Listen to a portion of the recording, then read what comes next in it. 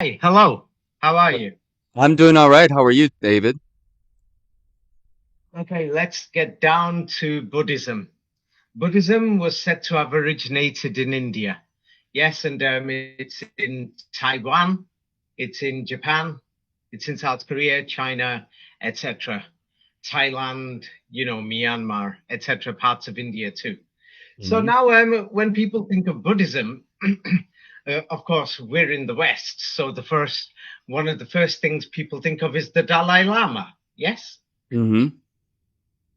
yes. So the Chinese invaded um, Tibet in the first week of October, 1950. Yes, Hmm. to the border town of Chamdo. And you can, when did they take over this border town? You can read it yourself. By October 19, 1950, 5,000 Tibetan troops surrendered to the PRC. In People, I'm 1951, sorry. Yes, PRC means People Republic of China. yes. So, yes, so after that, the road to Tibet was open. Yes. So, Hmm.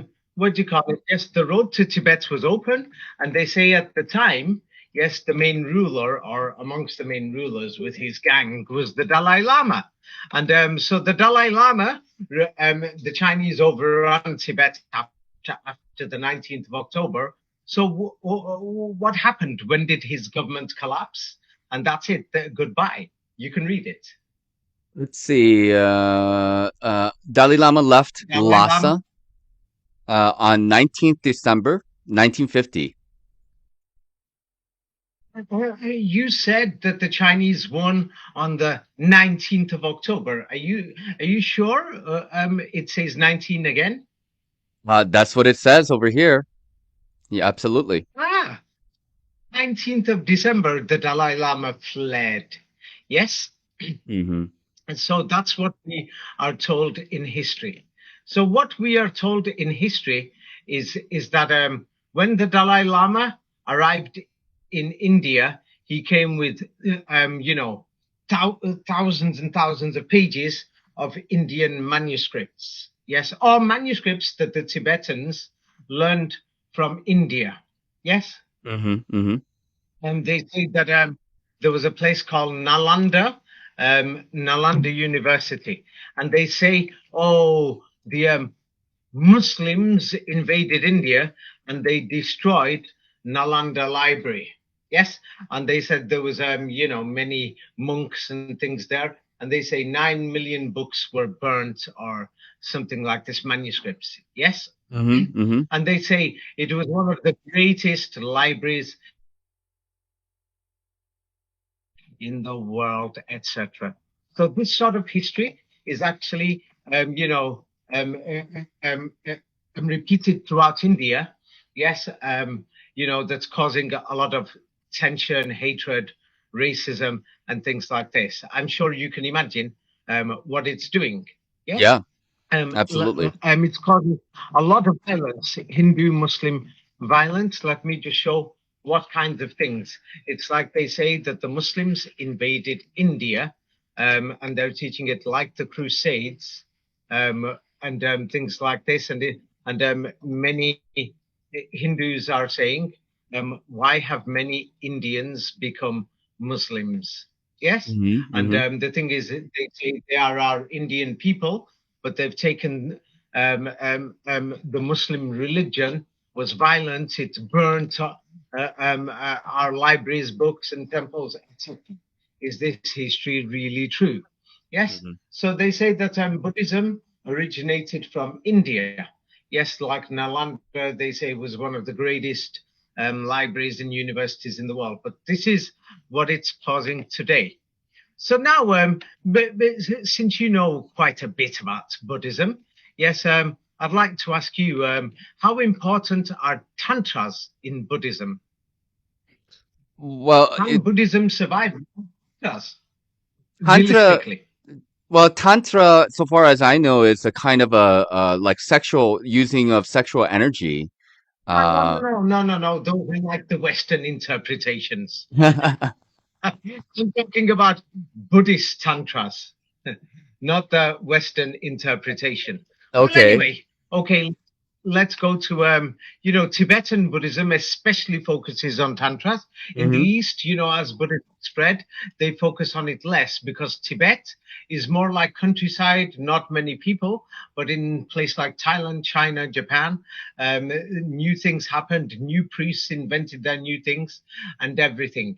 So it's different. Like American Christianity is different from the one in Europe, whereas everyone knows that the original official Christianity is more nearer to Catholic, and before that they will claim that there was some other type of Christianity linked to Judaism. But anyway, for the how many tantras are there in Buddhism for the Great Perfection? I'm guessing 19. No, Uh, no, I've sent you the page. oh, 1 second. Oh, yes, I see it. Let's see. It says 17 tantras of the great perfection. So you cannot achieve perfection, or some want to call it enlightenment, or whatever you want to call it. Yes, or moksha, if you want to say it in Hindi, or Mm-hmm. some people in Western peoples will want to call it nirvana. So the 17, according to that, but I didn't go to the rest of the page. So Mm. you can read it now. Yes? Yes. Other tantras. Let's see. The 17 tantras are often grouped together with other tantras as a set. They're Set, designated at, what's that? as the set, the set. So Yes. 17 with others. Let's have a look at the others. Yes, they Yes. are designated as. They are designated as the 18 tantras when the Okay, okay, Troma okay. tantra. Yeah, yeah, okay. So now we've got 18, but now go Yes. to the next paragraph. The 19 tantras are often 18 above, along with the tantra of the lucid expanse. So basically, there's a total of 19 major mantras. You Hmm. see? Yes. Some people will say maybe this 20, 21, 22. It's like if you and me, if we become big priests or something, then we can say, hey, we just found another ancient tantra here. Yes, Hmm. but it's like there's 19. It's like you could read the last sentence basically. Let's see here. Like Makes a total of the Badri is associated with essentially the Longzo Barwe, and its full name is Tantra of Brahma, son of the luminous expanse of Samantam Badri. That one? yeah, it's difficult. It's difficult. So anyway, I've sent you a new page, and you could just read Ah, the last yes. sentence of the first paragraph to make it simple. How many Okay. is there altogether? Tantras in Buddhism, Um, especially generally, total of how how many? generally, however, both the tantras of the wrathful mother. New page. I think you've not received it. Uh, let's see here. I'm sorry. Uh, uh, Last page. It makes a total of. uh, wait a minute. I'm sorry. It makes the total of. Where is it? Why do I not see it? 1 second. I'll send it again. Maybe you've not got it. Just above further reading. Okay, I've received it. It Further says reading further. Oh, above further that. reading. Yes, I got it. I got it. I apologize. Last Kempo sentence. Nagwan Pazang. Right. The Last Dochen. sentence is difficult for people to understand this. How many tantras altogether Ah, in yes. Buddhism? Okay, I see it. It says 19 altogether. So Yes, are you sure it says 19 or does it say 17 or 18? no, no. It says making a total of 19 altogether. Ah, I see. So the Dalai Lama ran on the 19th. You Mm-hmm. see? So Yep. now let's go to the Tibetan Buddhist Encyclopedia. Mm-hmm. Yes? Have you received it? I have. That is Yes. from the Tibet. encyclopedia. And I know last time you cut things out, but the thing is, I leave the whole page. Then people can type in the HTTP or World Wide Web and check things themselves. Okay. Yes. Okay. So they are most referred to as the 17 tantras. Yes. Mhm. And depending on the priest, there's 18. Yes. But Mhm. what do you call it? Yes, there's what do you call it? And 19 with Padmakaraza, Alexa, or Long Cell, Barway, Tantra, etc. Mhm. Tantra of the lucid expanse. Mhm. So the thing is, for main Tibetan Buddhism, there is basically 19. Yes. Yep. Don't you find this suspicious? Very suspicious indeed. Yeah. So now, in case people think this is not so important, this is very important. You could read this from the fourth section of the innermost esoteric cycle. Yes. So the Mhm. innermost esoteric cycle of Tibetan Buddhism or Buddhism contains. You could read the rest. Is said to contain. Let's see. This fourth section of this one innermost esoteric is said to contain 17 tantras, although by some counts there are 18 or 19 tantras in this group.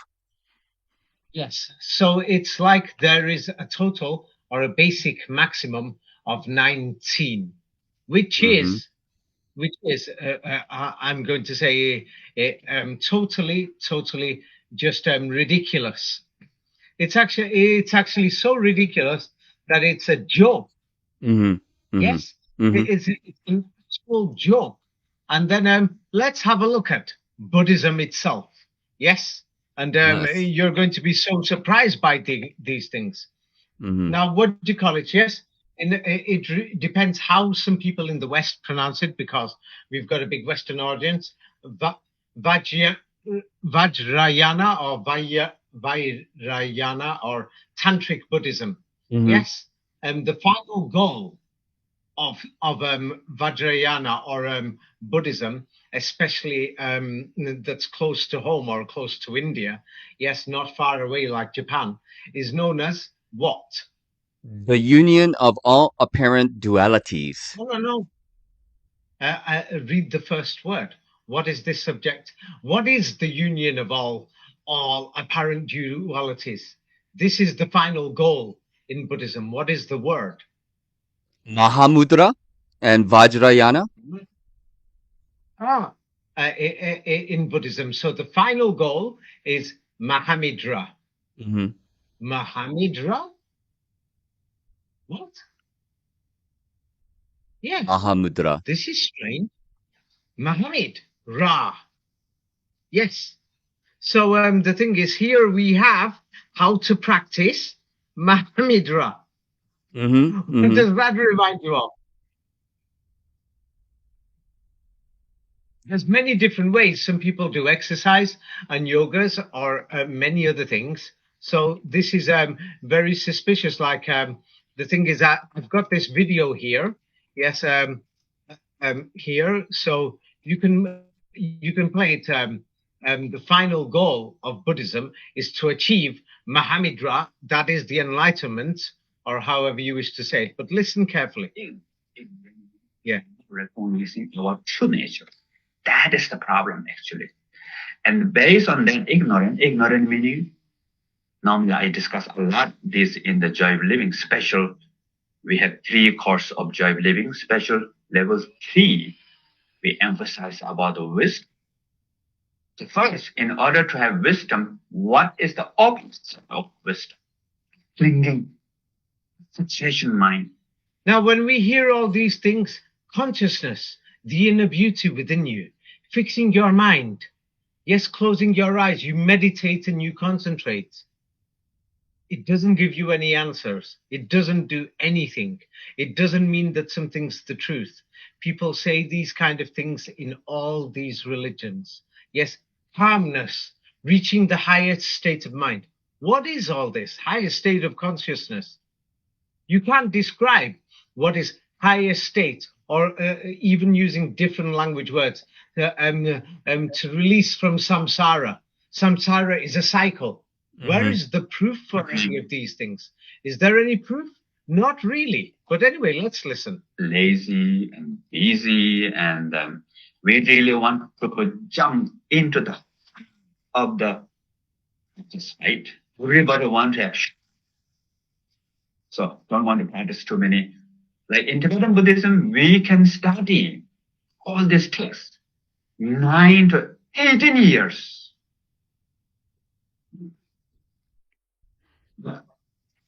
Of this 9 to 18 years. So you can hear him say it? Essence of this 9 to 18 years is Mahamudra. The way they say it, Mahamudra, we're going to say it, but it's Mahamudra, Muhammad. The essence of it is Mahamudra. And many Muslims say Muhammadah. It's actually strange that it's this. Now, if anybody has a look at the 19th century, Tibet, yes, if you look at the borders of Tibet, yes, then you will find it's very suspicious because the British were having a great game. It's like to dominate the area. Yes, what do you call it? With the they were having problems with the Muslims, and they claim it was a great game with Russia. Yes, it was called the Great Game of Britain to take over. What do you call it? Central Asia and control the Muslim territories there. Yes. It was known as a Great Game of Britain, Turkestan. Yes. And Tibet is, what do you call it? Yes, you know, India, Persia, Turkestan, South Central Asia, basically. Now, if anybody has a look at the borders of Tibet, because they've not actually, many people haven't, I mean, some people have, yes, and many people haven't studied the history of the region. In the south, what you've got is Kashmir in India. You've got Nepal, but Nepal has changed a lot in the last 200 years. And then if you go southeast, you've got Bangladesh, and then you've got Myanmar, and then you've got Yunnan province, Tibet map. And then on the north, you've got what they call East Turkestan, or what they call, you know, Muslim territory. And on the east, they've got more Muslims, the Hui Muslims, and then Sichuan. Yes, do you know this? So it's like Tibet is surrounded by, what do you call it? Yes, more than half Muslims in the area. Yes, and so we don't know what actually was in Tibet or what the system was, but the population was a lot lower before. But if anybody checks the geography, it's like, what do you call it, from Tibet to China, I think the border is only Tibet to, what do you call it, to Bangladesh is like 100 miles. And the population is more higher in Bengal. But anyway, the thing is, what do you call it, there was a great game going on.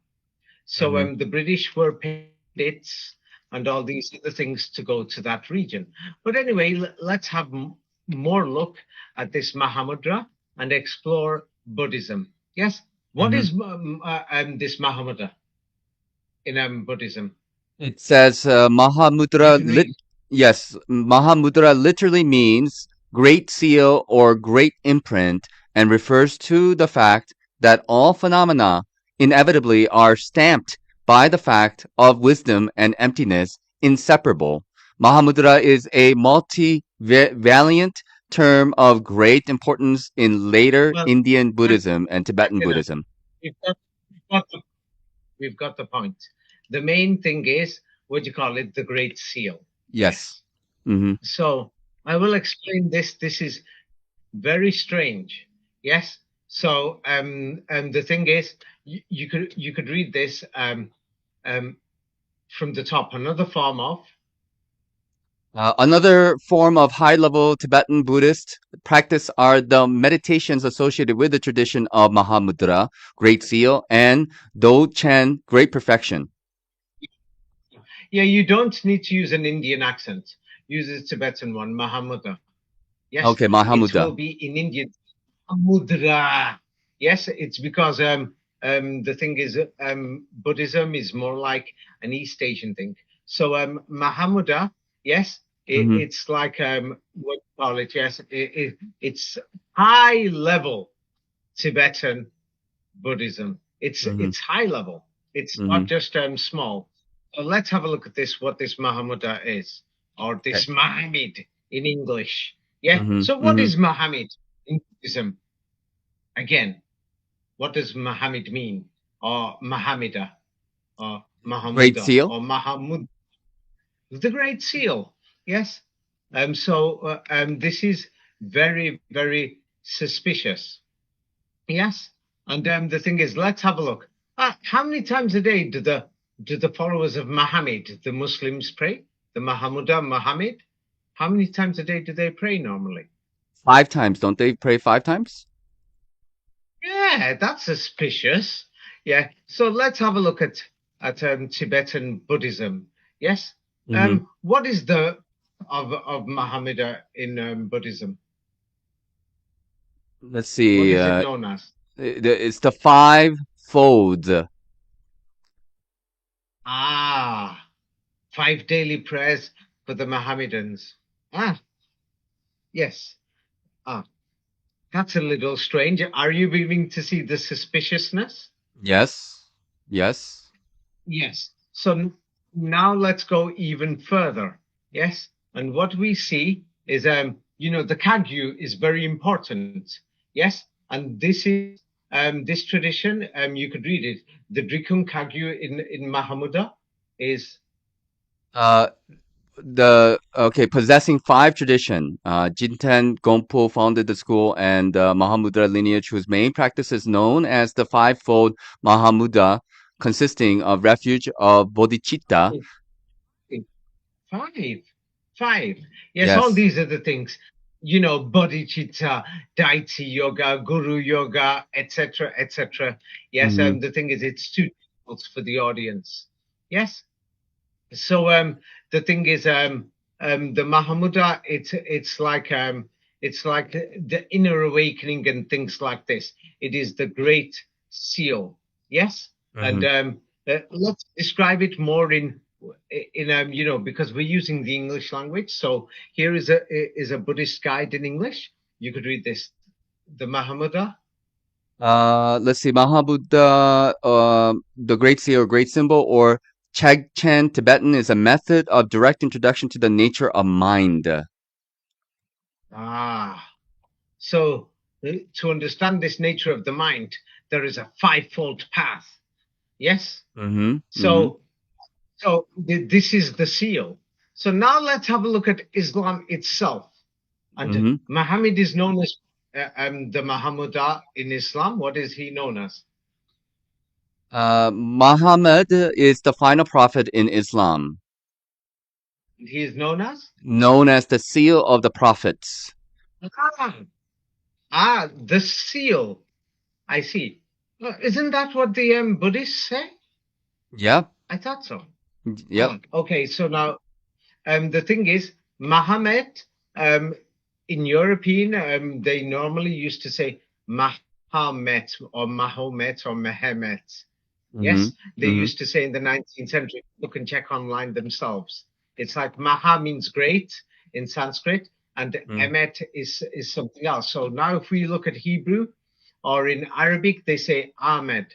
Yes. So what does the word Ahmed or Ahmed, what does it mean in Judaism? What does it mean? Emet, truth, is seal of God. So Emet, yes, or Emet means the seal. You see? Yes. And so let's have a look. Let's go to Buddhist meditation websites.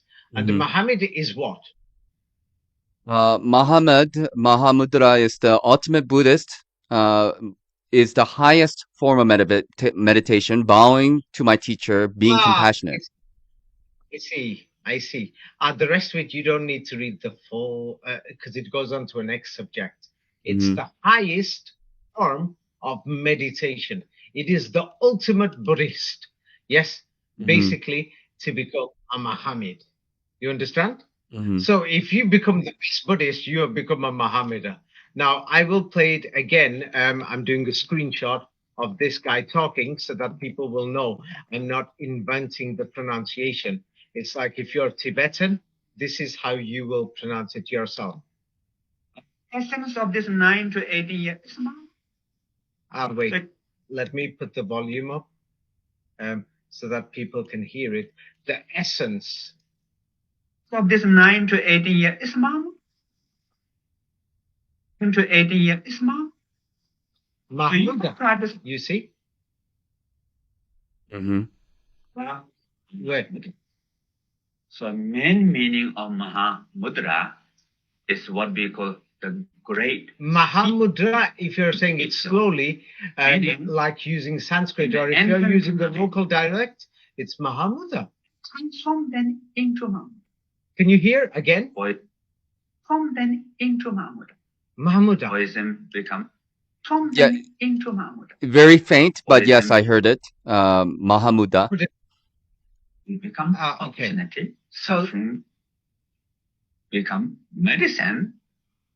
Obstacle become opportunity. Suffering become happiness. So I think this is really relevant and special. Mahamudra style is what we Did you hear him? through the Yes. Mahamudra style, Mhm. what we call Yes, again. special. Mahamudra style is Mahamudra. Mhm. You see? But it's like if you're saying it's slow for people to hear, then you will say Mahamudra. So common pronunciation, because when I met many Tibetans and they were just saying Mahamudra, I thought, what the hell is Mahamudra? It's because of the writing and things like this. They're trying to make people think it's something different.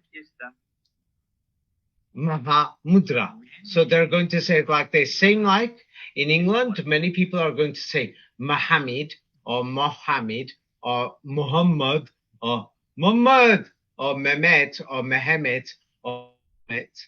So it's like it's just a different pronunciation. But if you go there yourself and meet Tibetans, then they're just going to say Mahamuda. Yes, Mhm. Mahamud. So so the thing is, what they're putting on paper does not mean that that is the reality. Yes. Mhm. So more into Buddhism. Yes, and what do you call it? Yes. So when I last said Emet, yes. So now in India they call it Amit or Ba. Ba in Western languages and in Eastern languages means father. So some people will say Amit Abba means father of Amit. So you could read this of Amitabha. Amitabha is also known in Tibet, Mongolia, and other regions where Tibetan Buddhism is practiced. In the highest Yoga Tantra, the Tibetan Buddhism, Ami, Abba, Amitabha. Yes. Yes. Yeah. So I'm going to open the page to go through it. Yes. So Mhm. when I said, Mahamuda, muta comes from the word Mida or Amita. So as you will see, I've sent you the Pure Land of Buddhism. So last time you pronounced it Amitabha. So Mhm. that's why you see they play with words, because here they've written down it's also known as Amidism or Amida. You Mhm. see? So Mhm. Mahamuda, Mahamuta, Mahomet. You see? Because they play around with words. You Mhm. see? Mhm. Yes. Yes. So these things are very important. Yes. Mhm. For people to see. And so now the thing is, what is very important is that when we say Mahamuda, the Quran say here, especially in Japan, by the time you get to Japan, yes, Mhm. they kept the name Amida. It's in green. Have you noticed? Instead of Mahamuda or Mahamita or Amida or Mhm. Amitabha, they call him Amida. Yes. Amida, yes. Hmm? Yes. So now,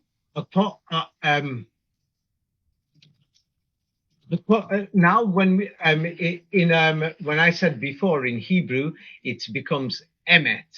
So now in the Quran, it actually tells you, yes, it says the word Ahmed or Ahmed or Ahmad or Muhammad. Yes, so it's just pronunciation. Like here, I'm telling you some websites, they've written Ahmed, but Ahmad. Yes, Ahmad, but I Mhm. pronounce it Ahmed. Yes, Mhm. Mhm. so uh, they write it according to how they wish. But that was the name of Muhammad, and Maha means great or Mhm. mother. Mhm. Yes, Mhm. so Mhm. as you can see, the thing is, it depends which country. If you're in Pakistan, Mhm. they write Ahmed more instead Mhm. of like somewhere else they could write Ahmad. So Mhm. it's just pronunciation. Mhm. Yes. Mhm. So the thing is, so once again, in the Quran, it turned around and says that this Muhammad or Muhammad, yes, he is the seal. Yes. Mhm. So Mhm. in Hebrew, Emet means the truth, also means the seal. And then going back to Tibetan Buddhism, yes, this Mahamud, yes, Mhm. Mahamuda is the great seal. Yes, or the Mhm. great perfection. So this is the height, the summit, the mountain, the top. You could read it, the summit of, The summit of the Buddha's teaching is known as the Great Perfection in the Nyingma school of Tibetan Buddhism as the Great Seal Mahamudra in the Kaigyu school. yes. So the thing is, but they say when they use different names, they say these are one and the same goal, that the goal is Muhammad. Mhm. To achieve the greatest achievement is Muhammad under Mhm. different names. Yeah, each tradition follows a similar path to attain it. Yeah, yeah. So these things are suspicious, and sometimes you will do exercise, yoga, or bowing, and then there's Mahamada meditation, all these other things, and this is the way you can read it yourself. What is Mahamada meditation? In Tibetan You Buddha, see the union of we see the union of space, compassion, and awareness, which is called Mahamudra. This is a way of understanding the mind of enlightenment, Buddha wisdom or Buddha nature. yes. So you see, this is one of the most important concepts. Yes, in Hmm. um in um in Buddhism. Yes, and Hmm. there's 19 tantras. Yes, Yes. Yes. so the Mahamudra Tantra. You could explain it. Maha means great. Ah, here they say too. Yes. Yes, and mudra or Ahmed, yes, or the Emet means the seal. Ah, Yes. so here they say as well. Yes, go ahead. Maha, which means great, and Mudra conveys seal. Mahamudra with us means great seal. The Mahamudra Tantra is defined as the pure spirit of shining light that experiences great bliss and realizes emptiness. Ah, yes. So so anybody who realizes or understands Mahamuda has achieved this pure spirit of shining light. Hmm. Hmm. Don't you find this suspicious? As if somebody's invented a religion? Yes. Yes. Very suspicious. Yes. There's more. I'm nowhere near finished. you know, when I first came across this, it's like I understood this more than 20 years ago. I just started laughing.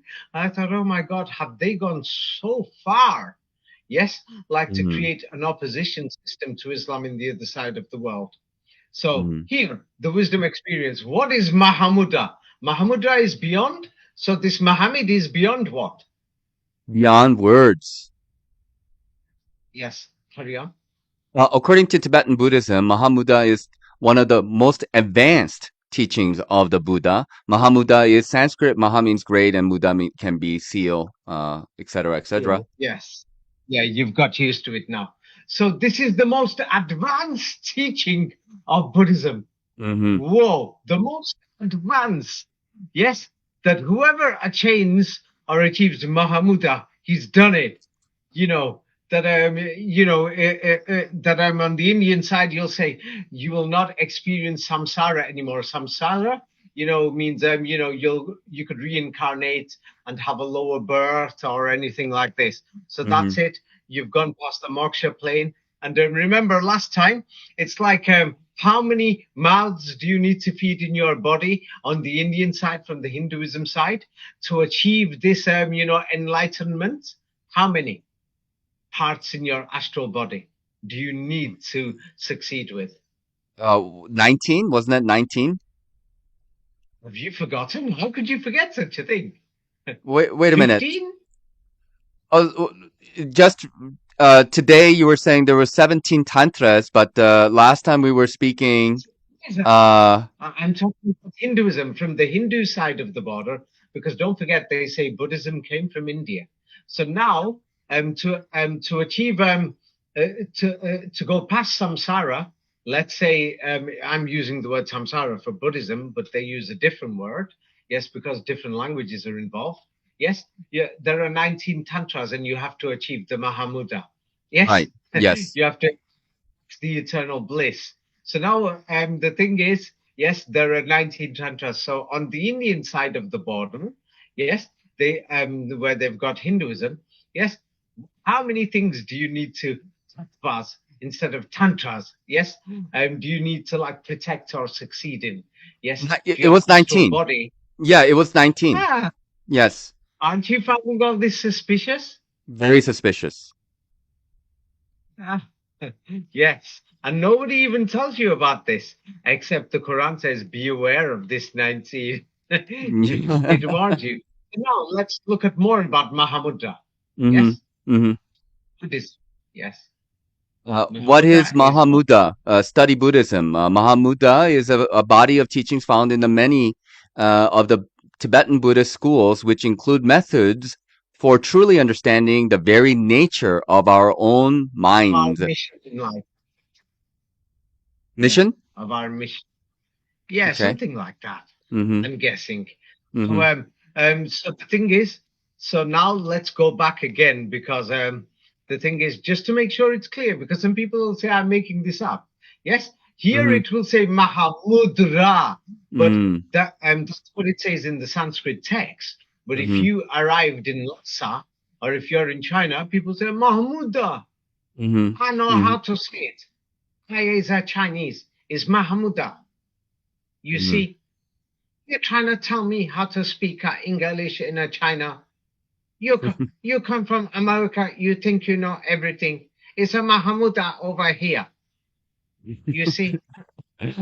Yes. Okay. So say it same like the people who actually practice Buddhism. Yes. So go on. You could read Britannica Encyclopedia. Yes, Mahamudra meditation mindfulness, Mahamudra in Vajrayana Tantric Buddhism, the final goal, the union of all apparent dualities, Muda, Yes. in addition Oh to yeah. its more usual meaning. Yeah. So what is Mahamuda? Basically, in 3 words. The union of duality. No, 3 words that make it easy. If somebody said, what is Mahamuda? It's the final goal. Yes, the final The goal. It is the final goal in Buddhism, is Muhammad. Hmm. Don't you find this suspicious? Yes, yes. Very strange. Yeah. So the thing is, we're going to go further. So far, I'm just trying to make it clear, because many people are going to say, maybe this is small or whatever. If they've not been to that region, then please don't tell me things. Yes. Hmm. Yeah. Hmm. So you could read this about mind teachings, how they teach you about mind control so that you can achieve, enlightenment. Yes, go ahead. Although You could read it. maintained and cultivated to various degrees within each of the major Tibetan Buddhist traditions, they are primarily associated with the Mahamudra. Primarily, primarily. So that means within all the major Tibetan Buddhist traditions, they are primarily what? Associated with the Mahamudra tradition of the Kaigyu and the Dogen, the Chen tradition of Nyingma. And remember what you already read, that the Dzogchen traditions of the Nyingma, they are just different words for the Mahamudra. You see, Yes. it's the same thing. So the mind teachings are primarily associated. Yes, in case some people will say, open it up. So here is the same page, what you just read, opened up. Yes. Um, what do you call it? Major Buddhist traditions, they are primarily associated with the Mahamudra traditions. The Mahamudra is the main mind teachings, or if some people say religion is brainwashing. So for the main brainwashing, it's Mahamudra. Muhammad is the main brainwashing. Yes. So let's have a look through Buddhism. Yes, here they don't say it clearly. Don't worry, I've got others. Yes, there is something, some practices known as Damsik. Yes, in Buddhism, and how many practices are within the Damsiks? 6-session yoga. This one. Yes, And but how many practices? let's see, there's 19 closely bonding practices. 19. Okay. Let's go through this a bit more to understand it properly. Yes. So these practices, yes, some people call it damsik, others will call it samayas in Sanskrit. Yes. How many of these close bonds are there in Tibetan Buddhism that bond you closely to the five something Buddha whatevers? But how many close bonds are there? In Samayas addition, are there. there are the 19 close bonds or Yeah.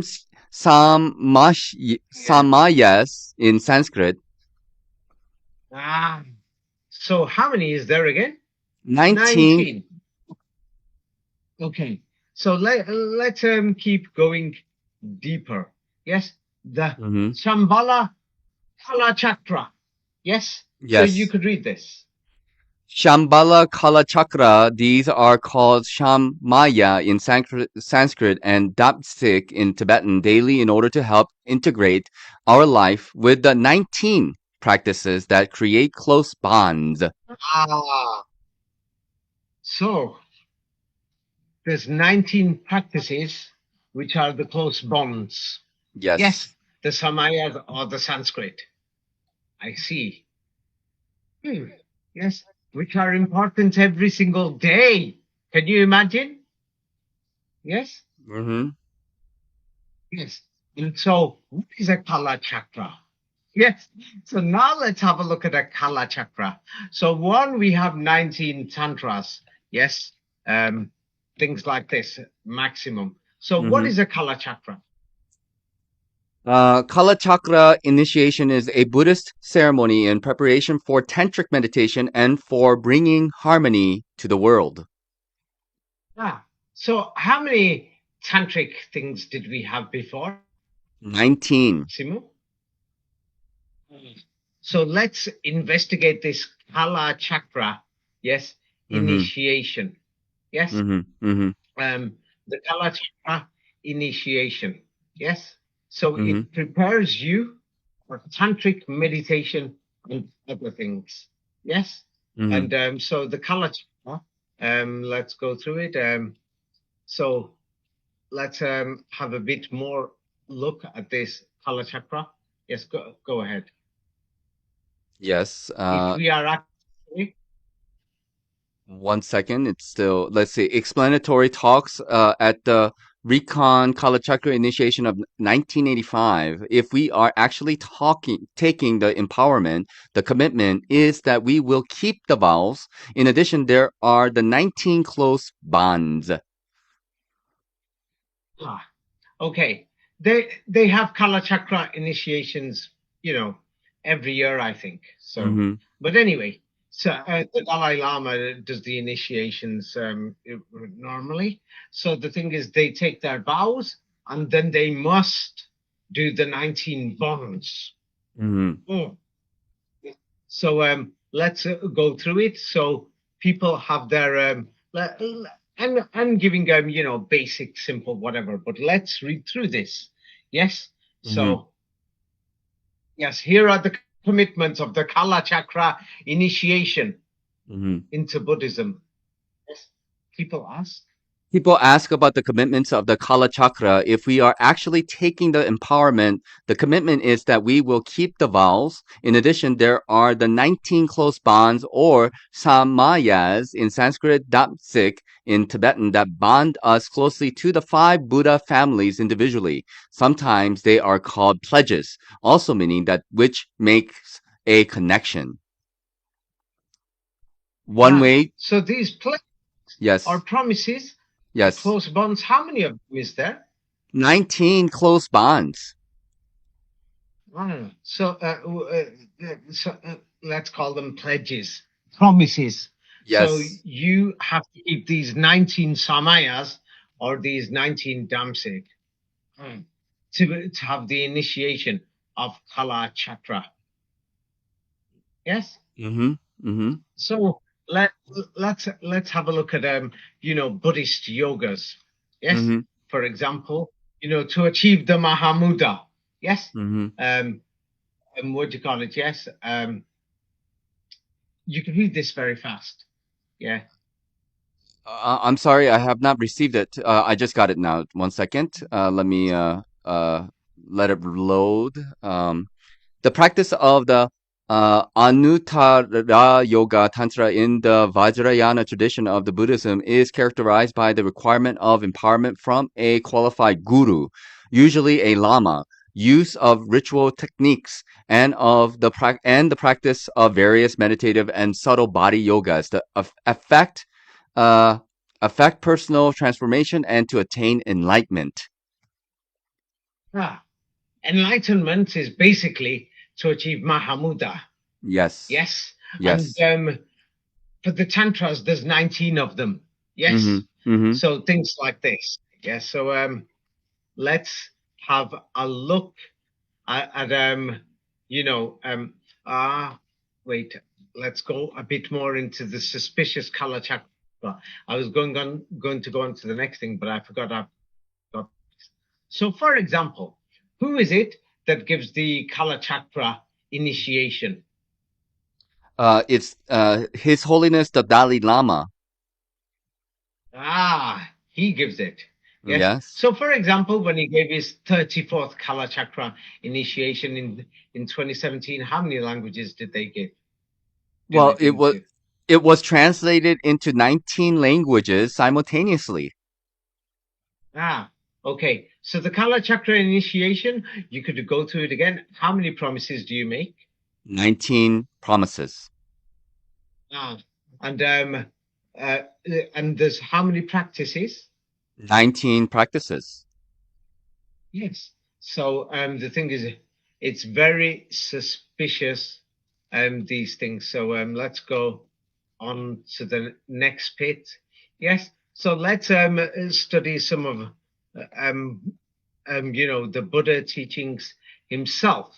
Yes. Like, for example, here is from the initiation. They get initiated directly by the Dalai Lama. So the Kala Chakra initiation is very important. Yes. So this is from the Kala Chakra network. Yes. So you could read it. English resource, the 19 uncommon samayas of the 6 Buddha groups according to Kala Chakra, excerpt from Kala Chakra rite of initiation. Yes, so they all have these 19 samayas. Yes. You see, these 19 pledges. Just in case people are thinking it's not 19, so you can check everywhere, you know, is the Kala Chakra Tantra, the 19 pledges relating to the 5. Yes, and once again, 5, the Muslims pray 5 times a day. So the Dalai Lama, he does the initiation.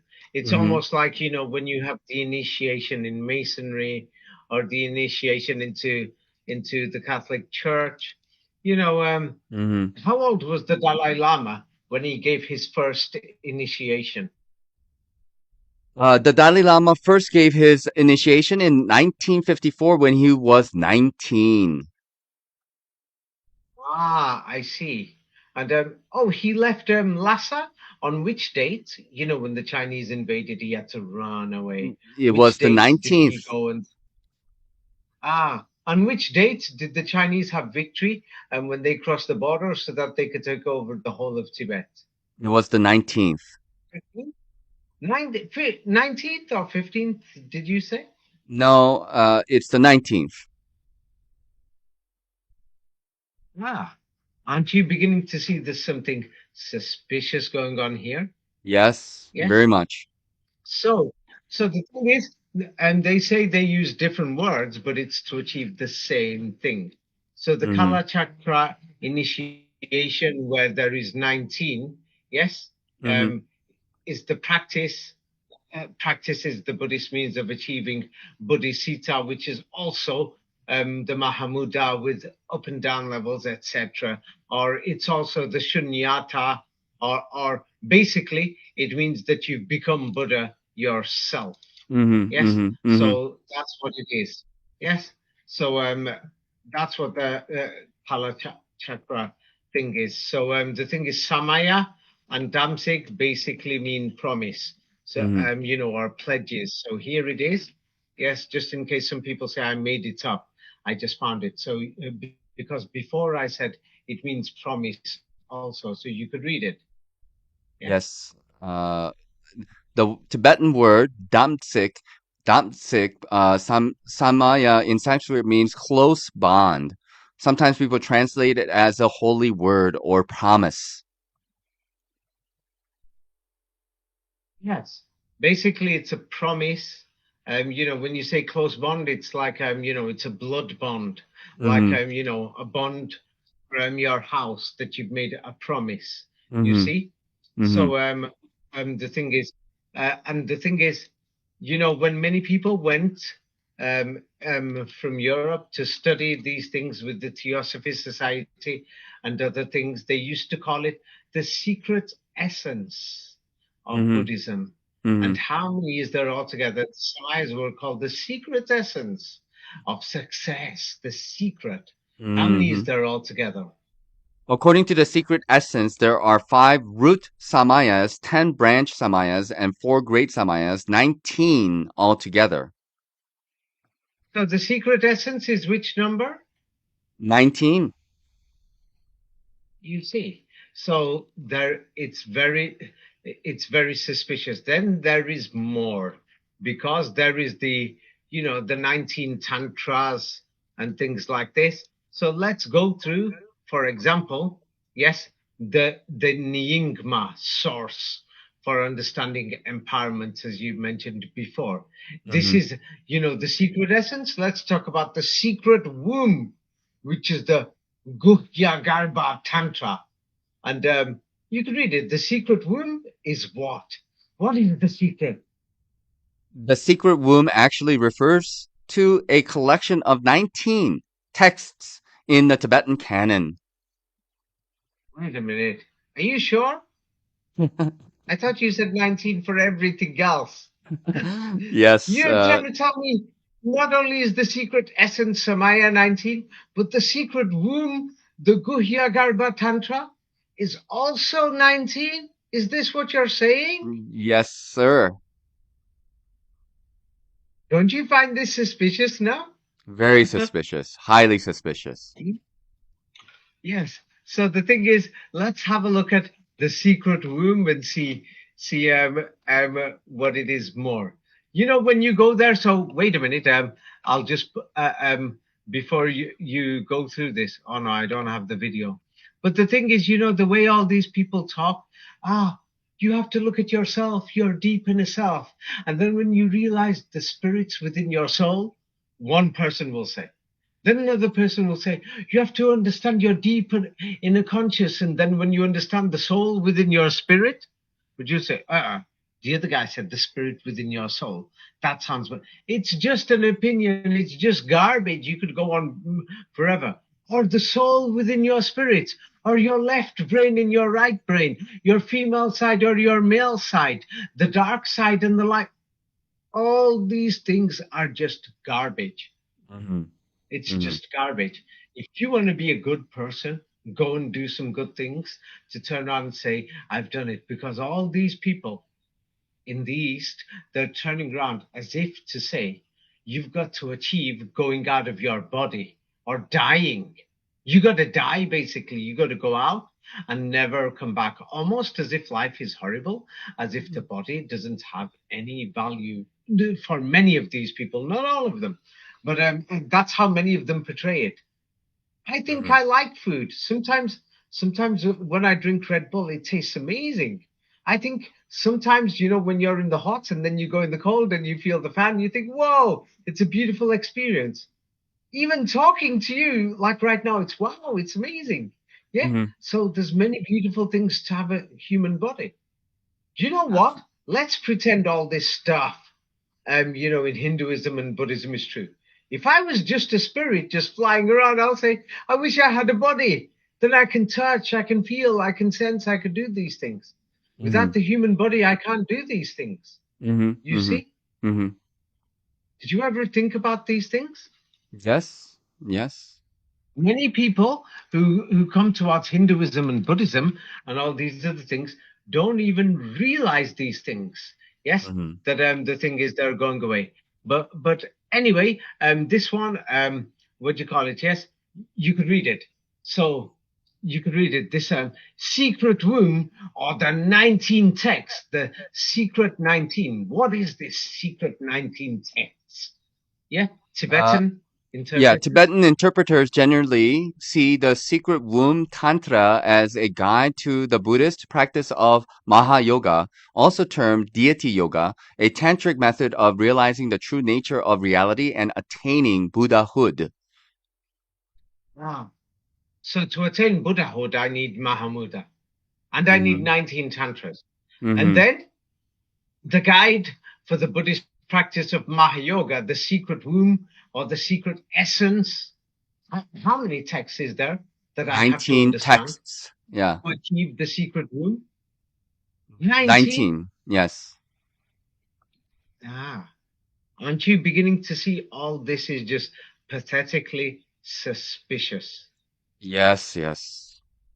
It's just Amazing. totally suspicious if people, it's not a maybe. I could see somebody's invented all these things of, oh, No, you it's need the amazing. Muhammad, yeah, you need the Muhammad. Here is if Yeah. anybody wants to read the full page, I've sent it to you. Mm-hmm. Yes, this secret room, and then the secret room is just 19. Mm-hmm. It just Mm-hmm. sounds ridiculous. But if you went somewhere like Japan, instead of secret room, yes, Mm-hmm. many people who've done research into Japan, but now Buddhism is dying, and but they say it was there before. How many visualizations do they have? um, in Japan for Sotoric or the secret Buddhism, for the secret practitioner? How many What? visualizations? Well, it says 19 visualizations. Ah. So if you're in Japan, instead of the 19 tantras, you have 19 visualizations. So it Yes. depends where you are. Yes, which Mm-hmm. side of the world you are in. Yes. Mm-hmm. So the thing is, there is there is for example, there is Padma Sambhava. Yes. Mm-hmm. Mm-hmm. Um, Mm-hmm. what do you call it? So let's have a look at we'll go through this next time because it's too long. Yes, Mm-hmm. about the if we ever have time, people can study it. The secrets of Buddhist meditation, and one of the most important contemplation is when meditation is complete. Buddha himself said to Ananda, is called what? It's called contemplation number. This one. Let's see. Yes. Buddha's Contemplation number what? number Number 19. what? Number Oh, 19. we'll do that next time because I can't find the same page. There's other Mm-hmm. contemplations, but here is Buddha is making a prediction, and people say it came true. Yes, Mm-hmm. Shakyamuni, he predicted a great guru or Mm-hmm. great Buddha or Mm-hmm. something like this. Some people Mm-hmm. call him a Buddha. He achieved it. Guru Padma Sambhava. He Mm-hmm. said he's going to come. So here you Yes. could read it. Who is that? Start from there. Buddha Shakyamuni actually predicted Guru Padma Sambhava's appearance. 19 different sutras and tantras contain clear predictions of his arrival. How many? 19. Wow. You said maybe before. Do you still think it's maybe suspicious? No, I said amazing before. It's amazing, not maybe. It's amazingly suspicious, you mean? Yes. Yes? Yes. So now the thing is, then they actually say that this guy actually existed and he Mm. came. So Buddha predicted him, and he was born from a lotus. Yes? Yes. Yes. Guru Rinpoche or Padma Sambhava. Yes? Yes. And what do you call it? So this is very important. So how many different sutras and tantras contain the prediction of this man? 19. Ah. So how many tantras are there in Buddhism? 19. Ah. So now this man who's predicted in 19 different sutras, yes, what did this man do? Padmasambhava was a legendary Indian Buddhist mystic who introduced Tantric Buddhism to Tibet. Ah, so he introduced it. And Yes. how many tantric things do we have, tantras? 19.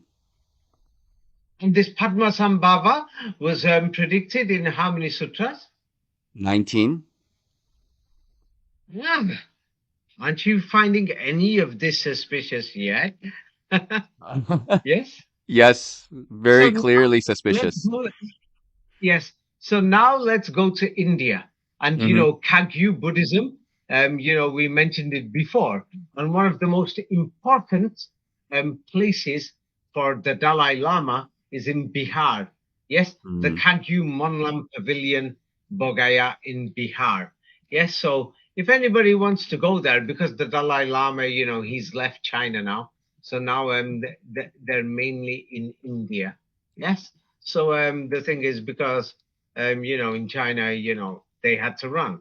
So the Vajra seat is the place where the seats for Buddha's enlightenment. What do we see surrounding there at the Uh, Kagyu pavilion? let's see. The first step towards ordination for Tibetan, 19 nuns sit near the Vajra seat. Ah, so I see. How many nuns are sitting near the Vajra seat? Once again. 19 nuns. And if some people think that that is not suspicious, yes, I will show. Oh, by the way, before when I played that video, yes, and Hmm. I had the voice, let me Hmm. show you. It was the voice of this monk himself. Hmm. Oh, it, I've lost it. I forget it. But let me just show you the Kagyu Pavilion because this is very important because many people don't know this thing. So I'm just opening it. The Kagyu Pavilion, it's famous around the world. Yes, Hmm. and what you will see is surrounding the Buddha there. They put 19 nuns are sitting there. Hmm. Yes. Hmm. So I'm not sure where the 19 nuns exactly are. Let me just find it. Uh, oh, I think that's supposed to be the nuns. Well, it says the nuns there. Wait a Hmm. minute. Let me just see. Yes. Um, and well, there's 19 nuns sitting there, which is totally and absolutely normal now. It's not suspicious anymore. It's becoming totally normal. Yes. So the Hmm. Kagyu Monlam, let me just show people can find it in Bihar, in India. So the thing is, yeah, and it's one of the most sacred sites for Buddhists, Mhm. and they have an annual international festival and things like that there. Yes. Mhm. Mhm. So the thing is, just in case, what do you call it? Yes. Here is a document um, about the ordination of Buddhist nuns, and you could read it at the Mahabodhi Stupa. Mhm. At the Mahabodhi Stupa, it is the morning of the first full moon in the Tibetan year in the shade of the Bodhi tree. 19 nuns sit near the Vajra seat.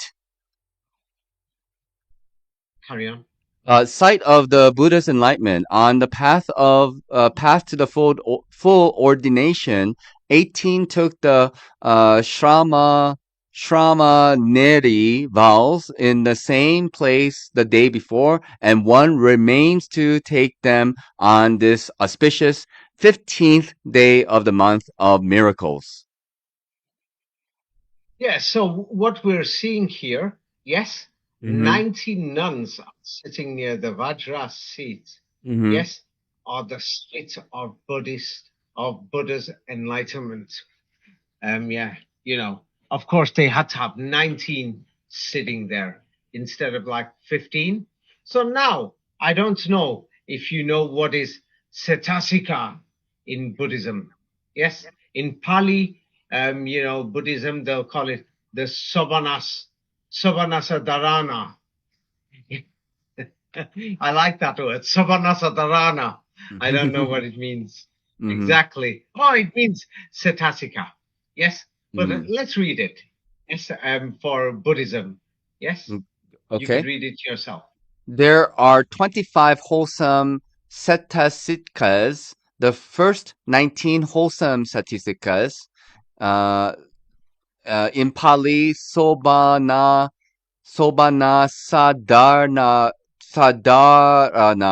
are so called because they are common to all.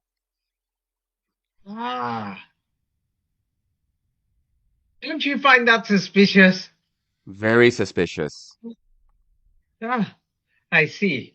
So let's confirm these things. Some people, yeah, will be septic. So let's have a look at it. The Abhidhamma and practice of Theravada Buddhism.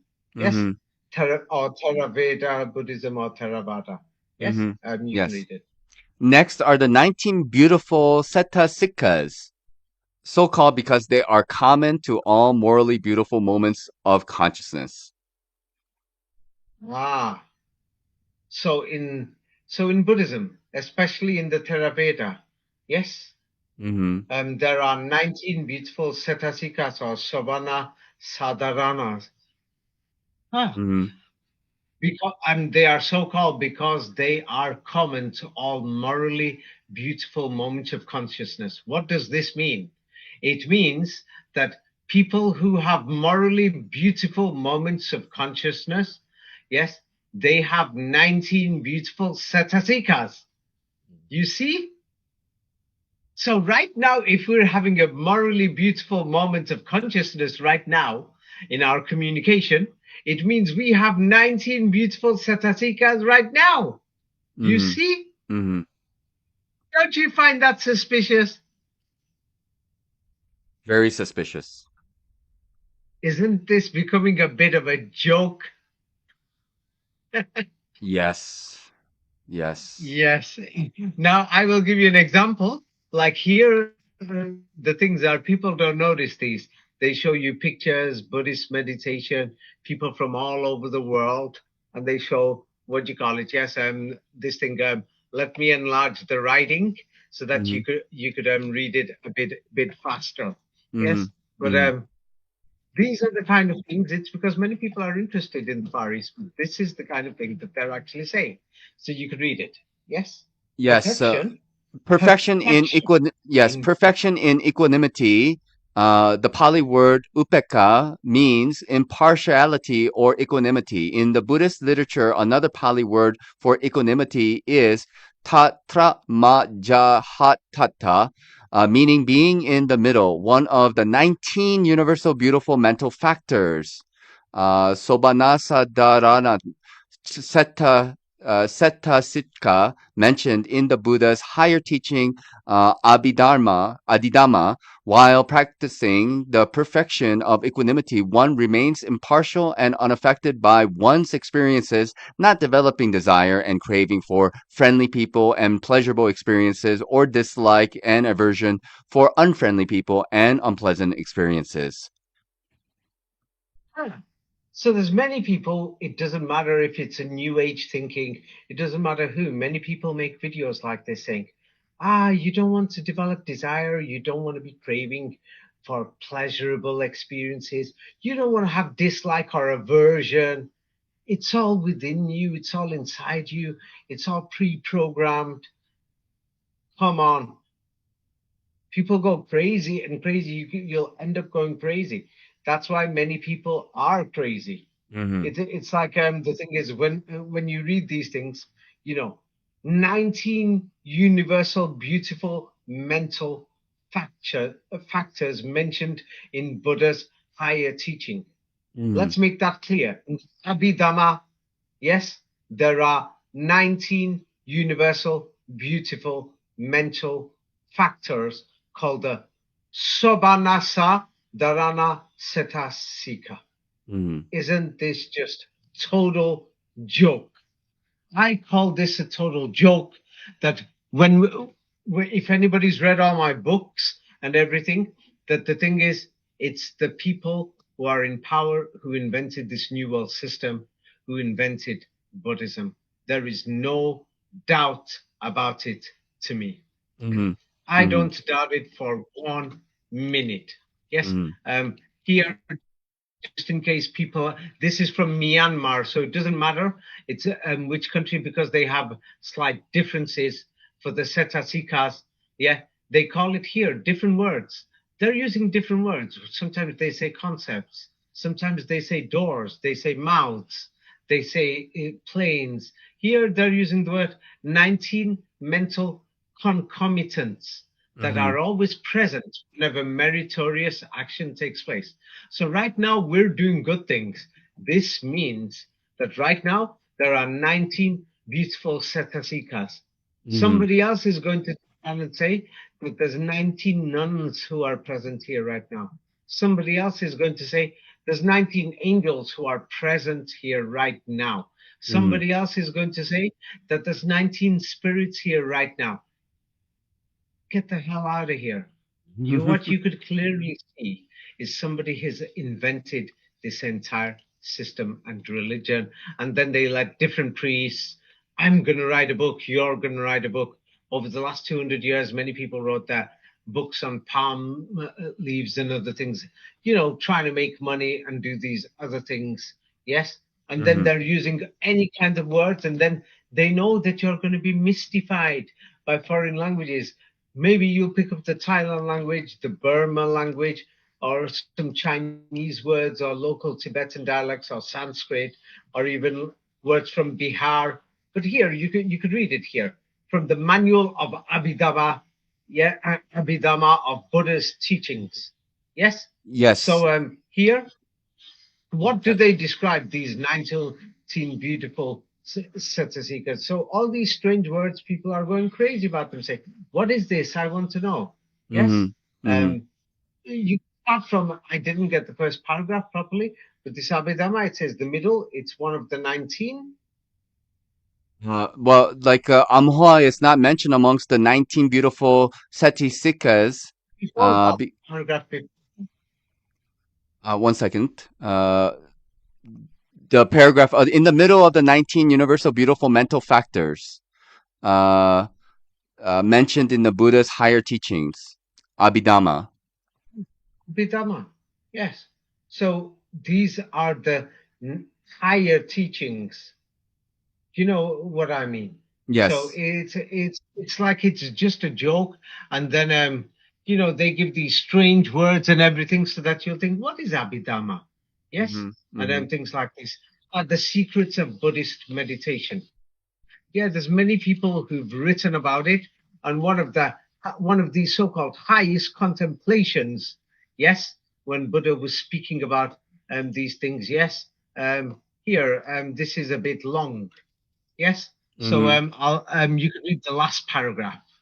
Yes. The Buddha said to Ananda, when this meditation is complete, it is called contemplation number 19, the samadhi of the contemplation of the Buddha. It is also called the method of consecration. Uh, Consecration. cons- con- Yes. So the samadhi. consecration. Yes. Yeah. Yeah. Consecration. So the method of consecration is contemplation number 19. Yes. Yes.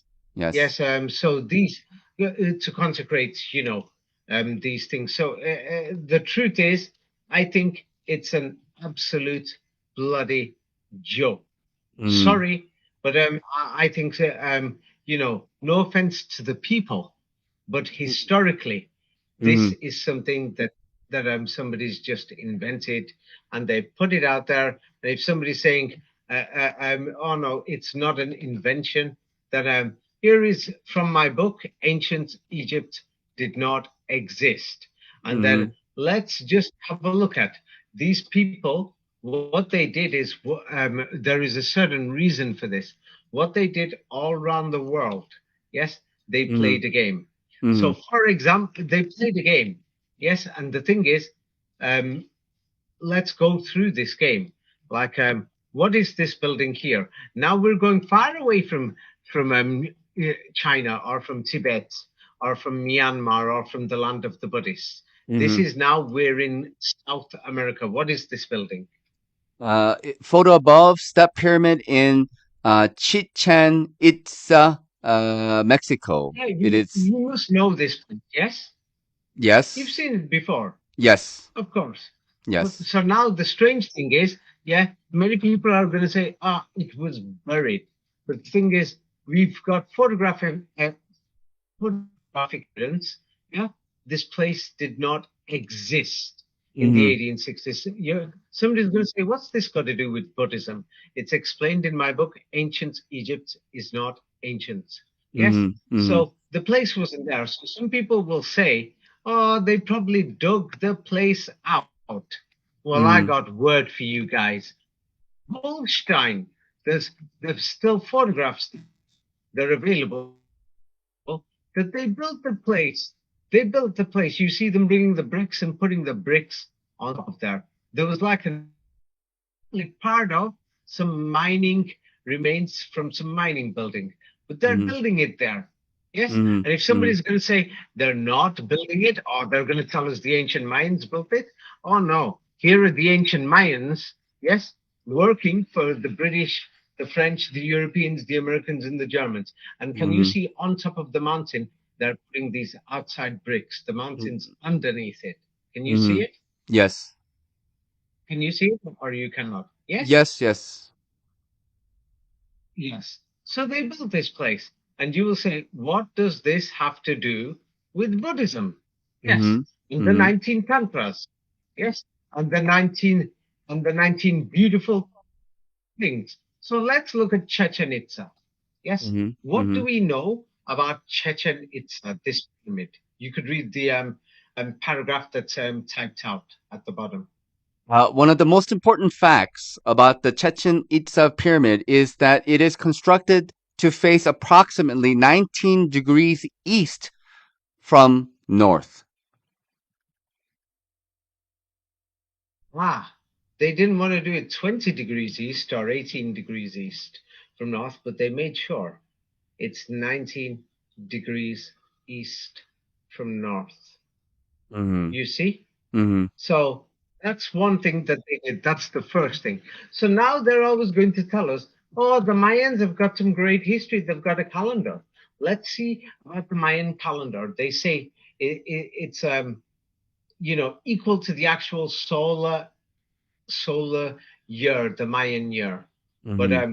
what problem did the historians find with the Mayan calendar? You could read the bottom paragraph.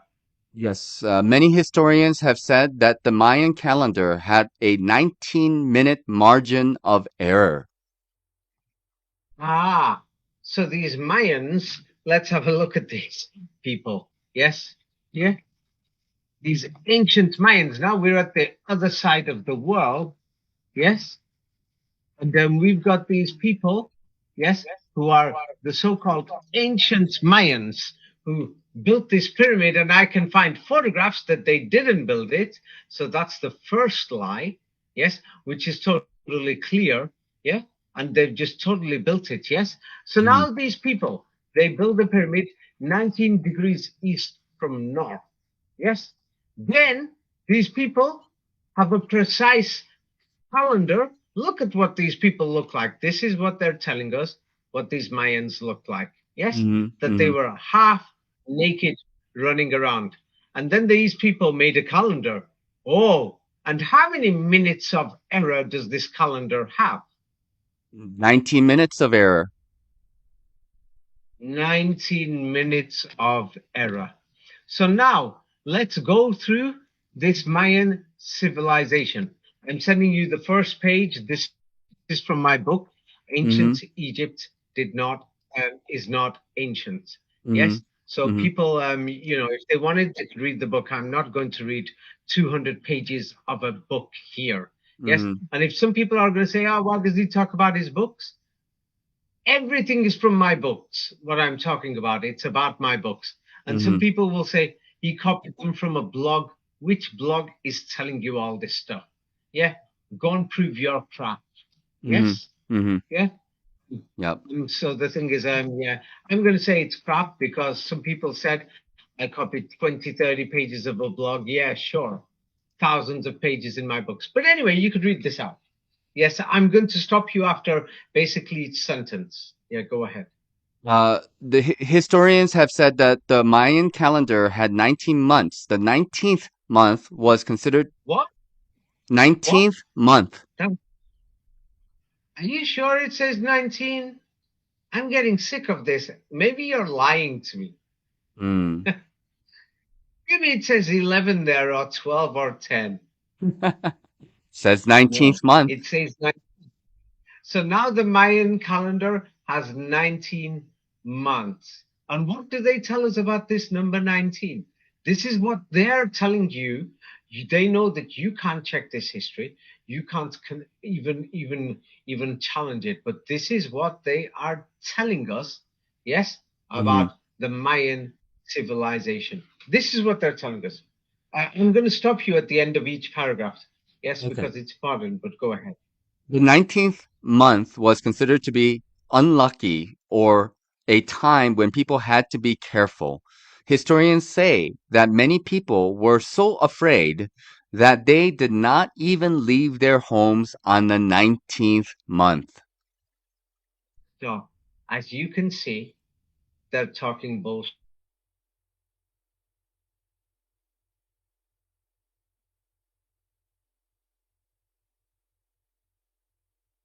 Hello? You see, but many Yes. people haven't noticed the connection. Now, the thing is, Um, there is a David. reason why they're using, yes, this number 19, which is in another book of mine. I'm not going to read out 200 pages of this book, but Mhm. this book goes through the final details of why they are using 19. All my other books show that they're using codes, symbols, etc. This book explains. Yes.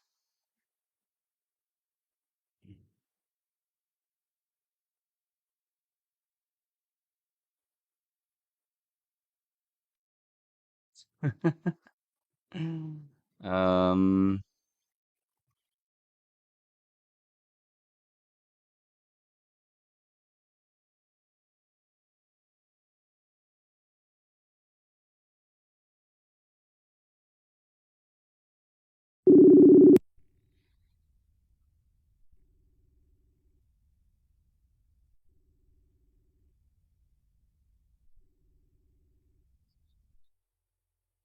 Ah, hello? Hello, are you back with us?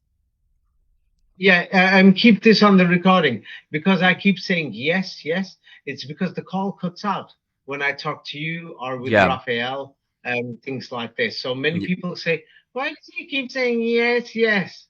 Yeah, don't know who yes. these dogs are.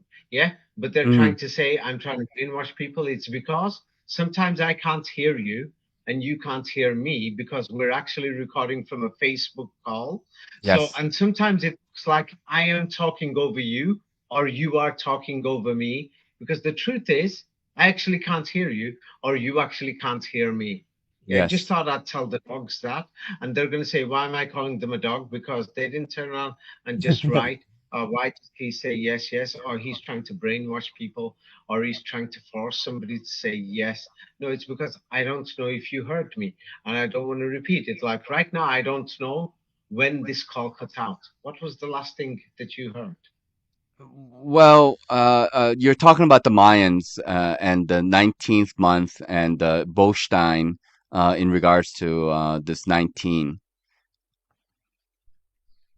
Something like that. But Yeah. anyway, as you can see, there is something wrong by now. Can you Yes, see it or can you not?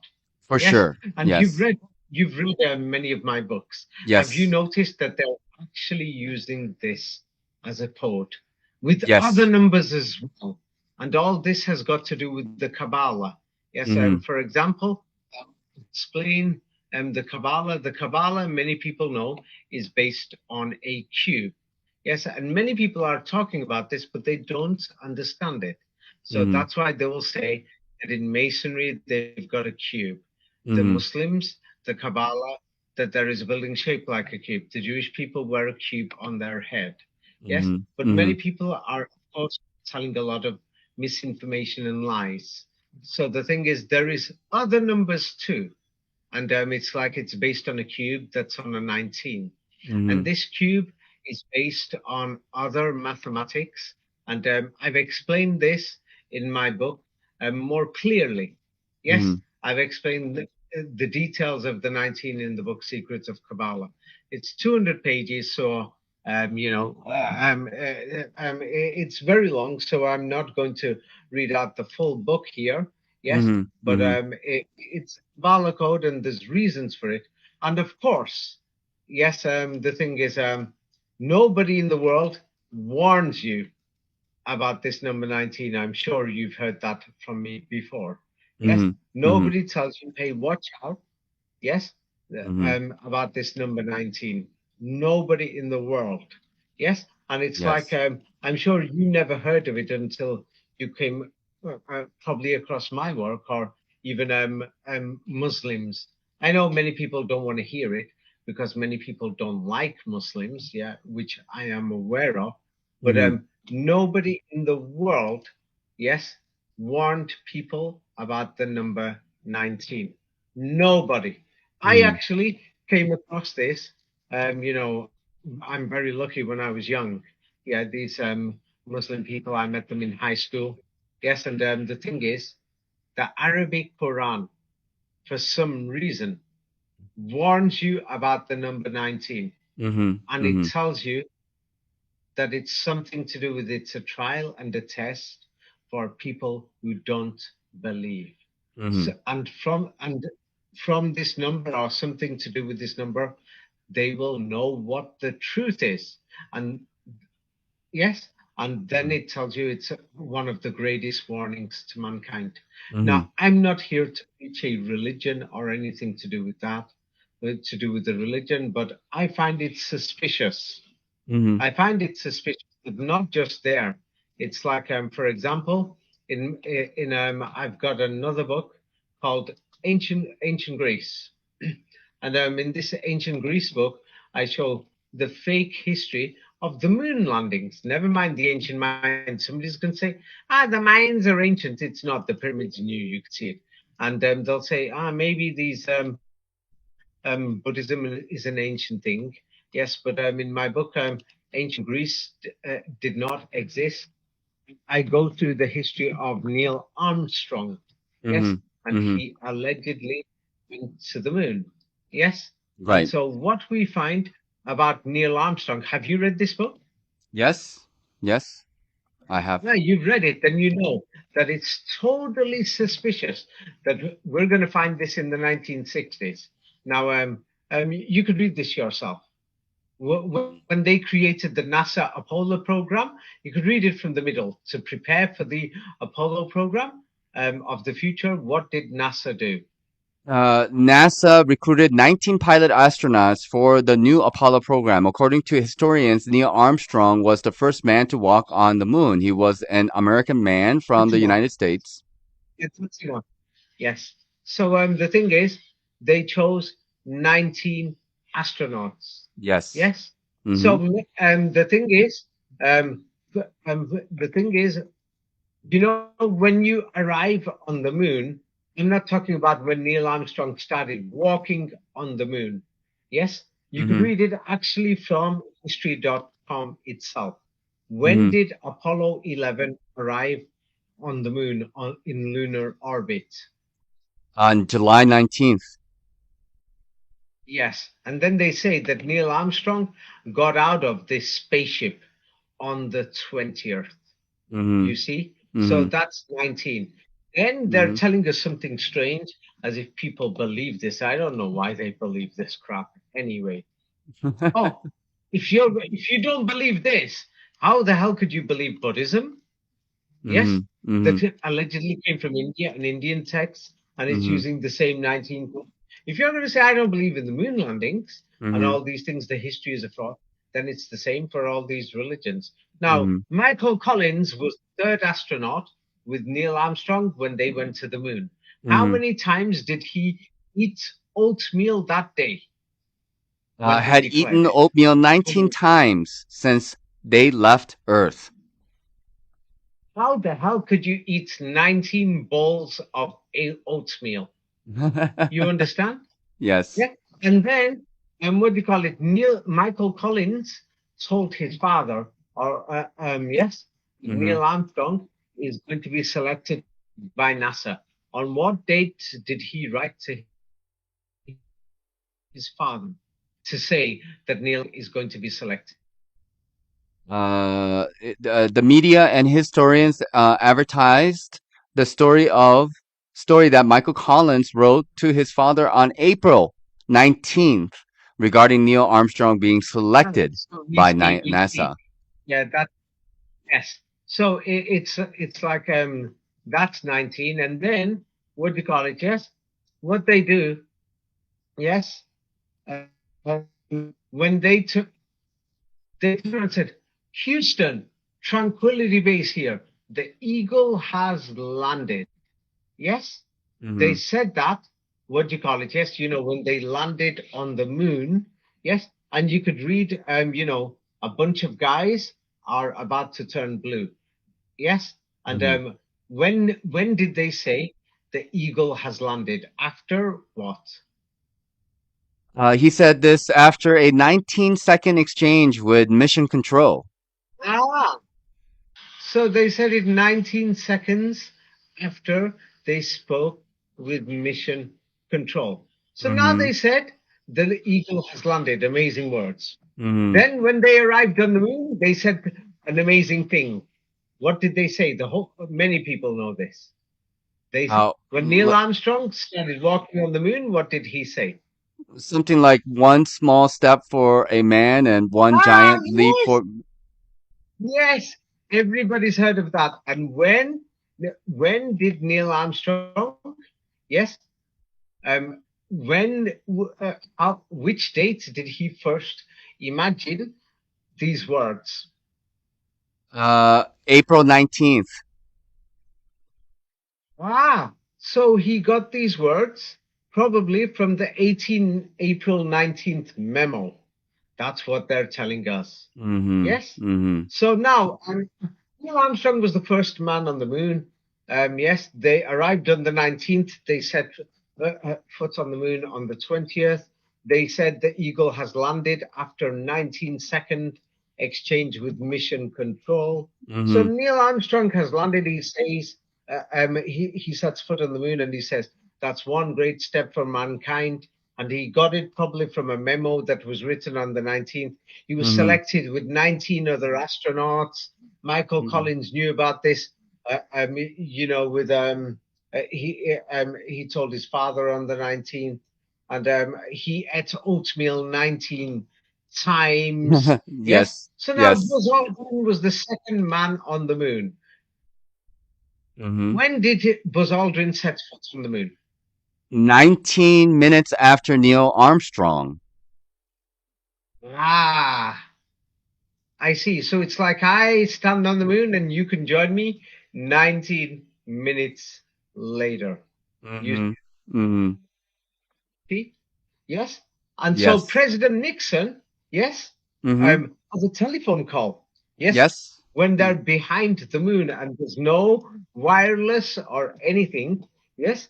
And they're saying, and people are saying, why do we need cell towers every few miles if President Nixon could call the moon on in 1969? So you could Yes. read it on what?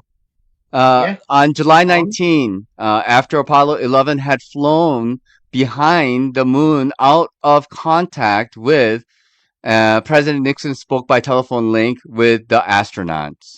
Amazing. Mm. So now it's like when we look at this, yes, we went to the other side of the world. We went to the Mayans, and they've disappeared. And then we saw the Buddhists on this side, and they allegedly got it from India. I've only shown you a little bit about Buddhism. There is so much more, believe me. Hmm. Believe me, Hmm. there's so much more. It's like I'll have to write a book about it one day if I ever get the time. It's like what I've just told about NASA. Yeah, Hmm. this is in my book. Ancient Greece did not exist. Yes. Hmm. No, it goes through that information to understand why they're using the number 19 and who they think they are. Yes, Hmm. it's in the book Secrets of the Kabbalah. That Yes. explains the bigger secret of why. So now I will ask you in your opinion. I will tell you my opinion. My Okay. opinion is this: in the 19th century, the West invented Buddhism. They Hmm. invented it, and when they occupied the lands in the East, they invented it and they gave it a fraudulent history, and they left these codes there, like all the other numbers are in the Hmm. Kabbalah. This is explained in the Secrets of the Kabbalah. This Hmm. is what I found in history. It's a deep subject, longer subject. I showed the maths today Hmm. because mathematics is easy to see. It's Hmm. not difficult to see thinking, what the hell is this 19, 19, 19? I'm not stupid. There's 100 more 19s in NASA in the major facts. In my book, Ancient Greece did not exist, goes through many of these things. Hundreds more, not 100, hundreds more in Hmm. the major facts of NASA. Yes. So the thing is, now that you're having a look at it, yes, Buddhism, which allegedly originated from Hinduism, and it's half linked together. What do you have to say about these two religions? Are they totally suspicious? Do you think they've got anything divine or what? Give me your full feedback. Yeah, I think there's a lot of suspicious activities going on, especially with the COVID-19, and that I wouldn't be surprised. It's very plausible that it's a recent creation rather than something that's was around thousands of years ago, as they claim. And all of this history is quite fraudulent, in my point of view, and like just based on the case evidence, really. Yes, I've just shown a little, but don't forget we did the last video, and I've given many examples. With Hmm. Andreas, I did many videos, and with Raphael and with other people, and I've written thousands of pages of books to Hmm. show that the world's history is a total lie. Hmm. And uh, and the truth is, nobody is telling us about this. Actually, that world history is a lie. There's a strange book called the Quran, which nobody likes. It's telling you, oh God, go out there. It's all a total joke. Oh, it's a lie. It's telling you that they invented these things. They wrote them with their own hands, and they're telling you they're divine texts or it's from God. The Quran actually says this. Nobody else says it. In that such of a degree that it's like totally at war with the rest of them. It's like that book has declared a war. That's why all over the world, and millions of people don't like it because it's basically saying that all these other systems and histories are just total garbage and total lies. Yes, Hmm. if I Hmm. was a Tibetan Buddhist, I would see the Quran and Islam as a threat. Yes, Hmm. Hmm. because it declares these things. It actually declares these things. If I'm living in in China, then I would say, oh my God, it's a threat, because it is never going to accept Buddhism. Never. It is never going to accept these other religions, because Islam openly declares them as lies, as nothing but lies. It even says, mentions the mathematics, it mentions, that they were fraudulently invented, and says, go and have a look at them. They were written by men who are not divine, and they're just talking garbage. I mean, what the hell is this? Well, you'll find it. Somebody's going to say, if you go deep in your spirit, you can examine your soul. Somebody else will say, if you go deep into your soul, you can examine your spirit. Which one Yeah. is it? Yes. They talk like this, all of these. They're brainwashing us, and somebody will say, it makes sense. Somebody will say, if you can control your spirit by concentration, by calm, come on, it's just exercise. It's not meditation. It means you're just concentrating. You could concentrate on, you know what? You can pick up an empty glass bottle and just meditate on that instead of a Hindu or a Buddhist statue. Am I right? And Yes. you'll feel calm. Yes. Yes. Yeah. So then they're going to say that there's consciousness or everything everywhere. Prove it. Prove to me that my chair is alive. Prove it. And they can't. Then they will say, oh, you're in a state of rubbish. You're in a state of garbage, that you need enlightenment. You need to go out of your body. You need to die, basically. What? Almost as if life isn't beautiful, almost as if you can't make it beautiful. Then they're going to say, just because you're born poor, they're going to say, you're born poor because you did something wrong. What?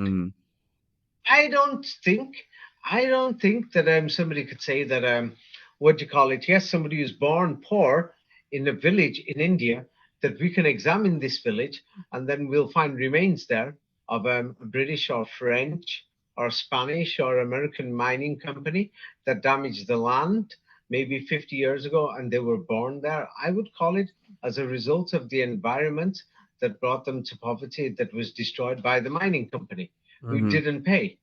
So it's like, yes, we are all in this together. Yes. So of course they're going to use things like, this is oneness in consciousness. We have got to become one. I will tell you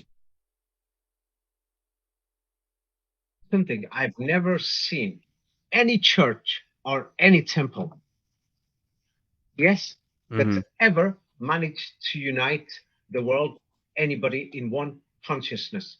Nobody has ever managed to do it anywhere in the world. Have you not noticed this? Yes. You're right. Nobody has managed to do one type or achieve one type of global consciousness anywhere in the world, from different parts of the world, exactly at the same time. Except the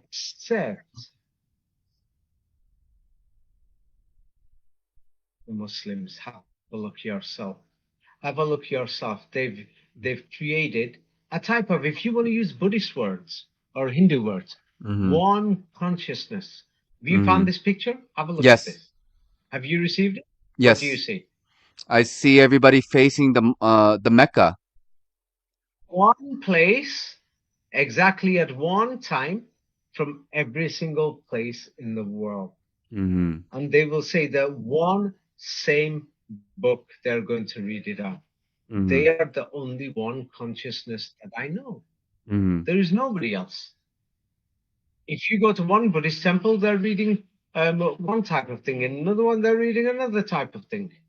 In some of them, they'll do yoga. Others will stand up, bow. Some will do ancestor worship. Others will focus more on worshipping their priests. Some will focus more.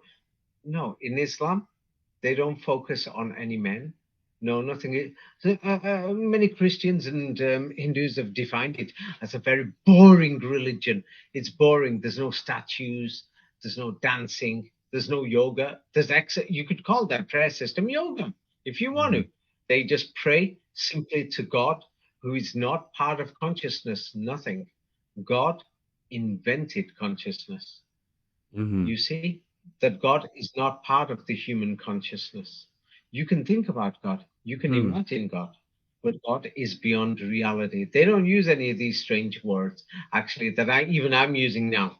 Yeah, you debate with these words forever. Yes, they just turn out and say, God created you. If you're good, God's going to reward you. If you're bad, then that's it. You're going to get it. You Mm-hmm. see? Mm-hmm. And they have something like universal justice. Yes, instead of a justice that somebody else is going to be like reborn, whatever and whatever. They don't have anything like that. Yes, Mm-hmm. they've actually got one consciousness. You tell me, as one brotherhood. Masonry is a brotherhood, they'll say, or Christianity. I don't see anybody else united in one brotherhood system. Yeah, now, in the last 100, 200 years, they've created many sects in Islam, but still the majority, 80%, are in this one consciousness, one prayer system facing one direction, etc. Yes? Mm-hmm. Mm-hmm. Isn't this true? Isn't Yes. this basically true? Yes. Yes. And the Yes. thing is, yes, the thing is, it doesn't matter if you like it or not, but I call it suspicious. Mahamuda. What the hell is this? It's even, it's like what to do, play this video again. It's like, I'm sure you've probably forgotten. I've been studying this for years. Then there's the Maha Amida. Namo Amida Mm-hmm. Butsu. Namo Amida Butsu. I know these meditation things and other things. I went through it myself when I was studying it. Yeah, Mm-hmm. then when I said, who's the Mida?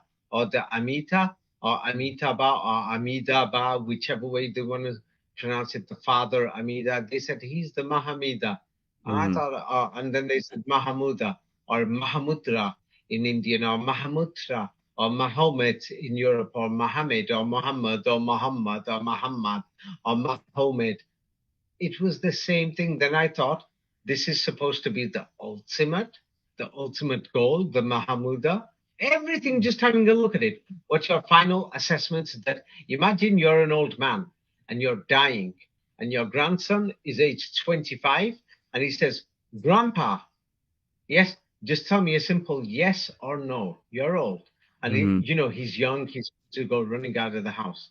And he says, shall I become Buddhist? Is it a true religion? Yes or no? Say one word. What are you going to say to your own flesh and blood, your grandson?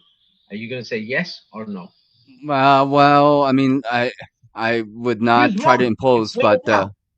You're an but old person. Your grandson has come to see you, and you don't want to waste his life and yeah, money well, and many.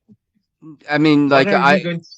I would say I would probably suggest to him, look at this information that we have What's the provided, best? and then He's a young guy. decide for You himself. know what young people are like? Young people have got adrenaline, discos, parties.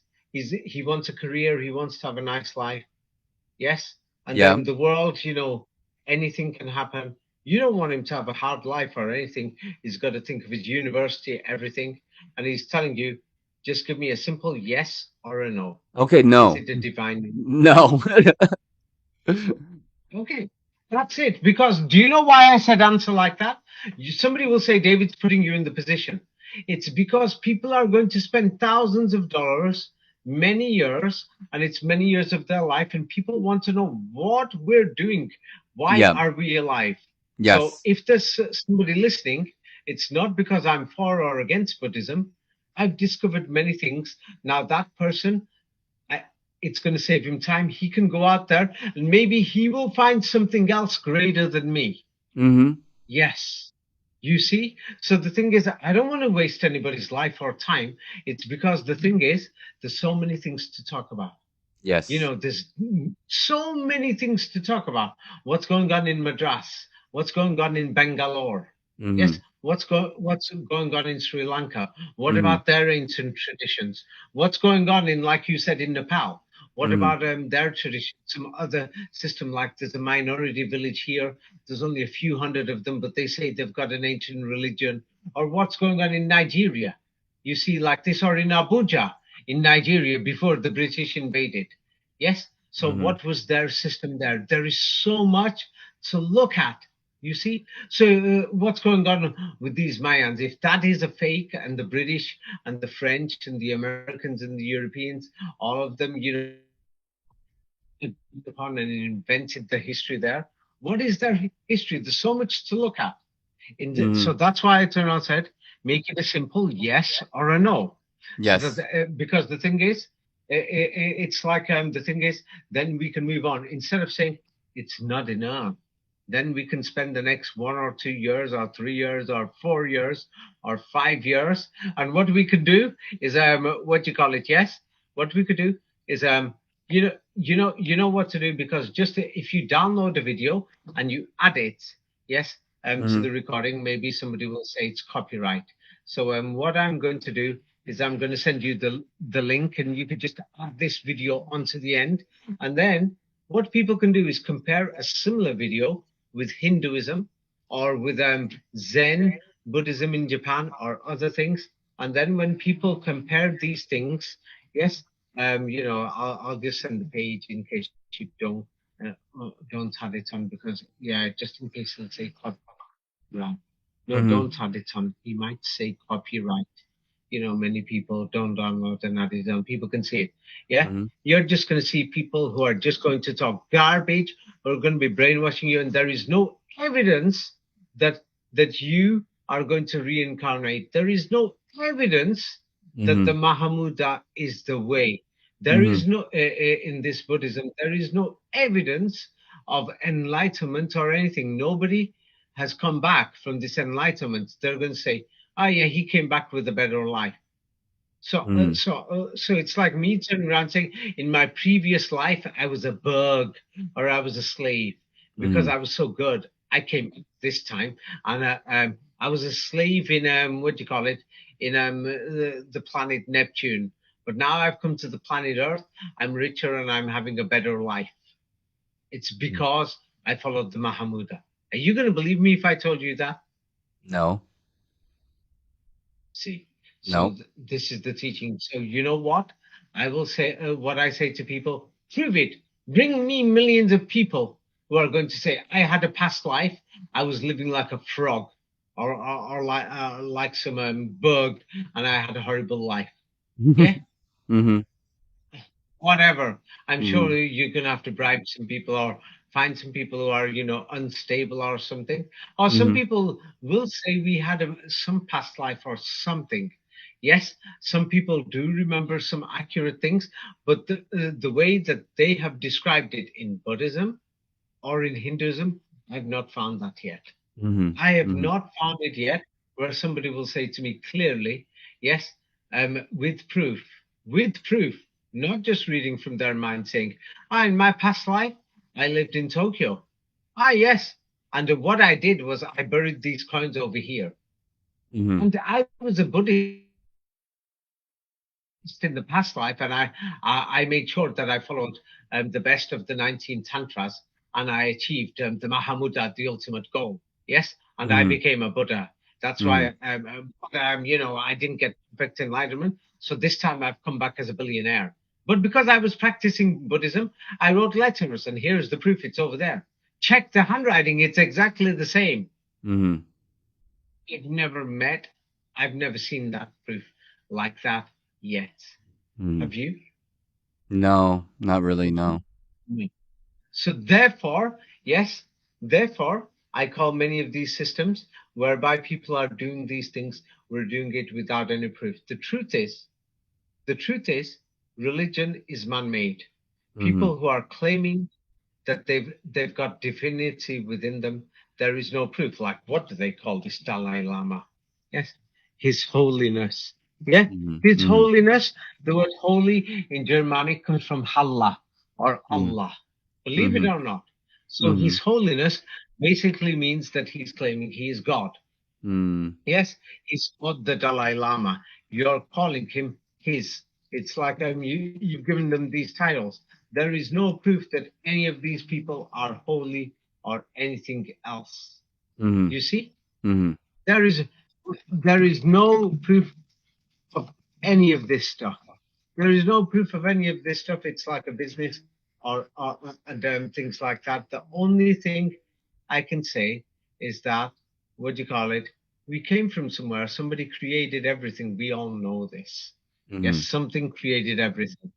Then Hmm. there is probably two systems or three systems that are possible for the next life, but we'll have to go through that next time.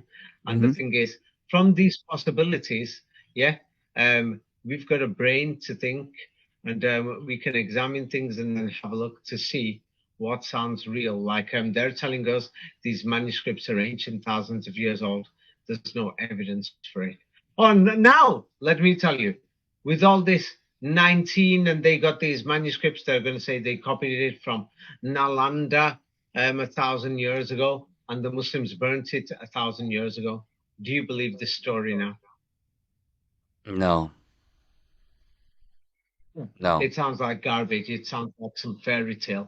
Oh Yeah. yeah, they copied it 1,000 years ago, and it had the 19 this, 19 that, 19 this, 19 that. But then again, when you go to NASA, it's 19 this, 19 that, and you can Yes. just keep on going. It's just a total joke and a total scam. And the and the and the meaning of this 19, of why they're doing it and who they think they are, is explained in my book, Secrets of Kabbalah. It's a very long, deep, shocking story. Hmm. There you go. Any questions, Nachiketa? No, no, I think it's pretty clear. And, I think we're just, Nachiketa, yes. yes. Um, you know what? I gave a lot of money to charity. I'm not boasting. I'm saying I was planning. Let's say if I'm planning and I just want your advice, I just want you to say yes or no. Hmm. Um, I was thinking of joining one of the Dalai Lama schools with the next 5 years of my money instead of giving it to charity, because I think I can achieve something good. And with the prayers that I'm going to do and meditation, the poor people are going to be okay. I don't need to give the money to them. I can give it to the Dalai Lama school instead for the next 5 years.